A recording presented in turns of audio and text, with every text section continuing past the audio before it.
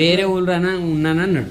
రేపు రావను సార్ అంటే సరే భూమి కొరుస్తున్నా చెప్పలేదు కానీ భూమికి ఇట్లా కూర్చోరా కదమ్మా. నాకు ఎంత మంచిగా కూర్చుంటుంది ఇట్లా సగల ముక్కలు పెట్టుకుని ఇట్లా అసలే కూర్చుంటారు. ఇట్లా కూర్చుని రాలే ఈ కాలు ఇట్లా నీళ్ళు పెట్టుకుని కూర్చున్నా అసలు మళ్ళీ ఇట్లా మంచిగా ముందు పెట్టాల్సింది మళ్ళీ కట్టాల్సింది.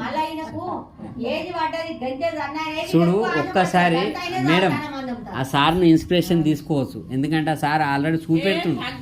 తగ్గాలని వాడుకుంటాం కదా, తగ్గితే సంతోషం.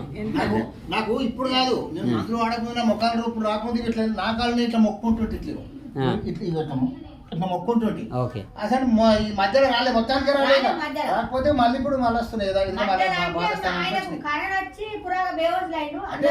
నేను నిజము ఉన్నది చెప్తున్నా. అంటే ఇప్పుడు ఏది కానీ మనము ఎవరి కోసమో మనం బాధపడి చెప్పేది కాదు కదా అమ్మ.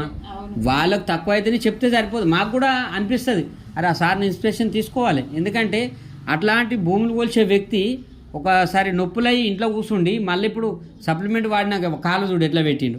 అంటే మలుచుకొని రాకుండా ఉండే వ్యక్తి ఇప్పుడు మన సప్లిమెంట్ వాడడం వల్ల ఇంత మంచి ఇంప్రూవ్మెంట్ ఉందంటే సార్ ఇన్స్పిరేషన్ తీసుకోవచ్చు కదా. అన్ని వస్తున్నాయి పాత అట్లా అది యోగా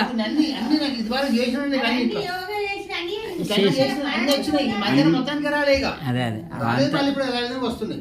అంత ఎగ్జైట్మెంట్ ఉండాలి ఏది కానీ. 3 నెలలు కంప్లీట్ అయిపోయింది.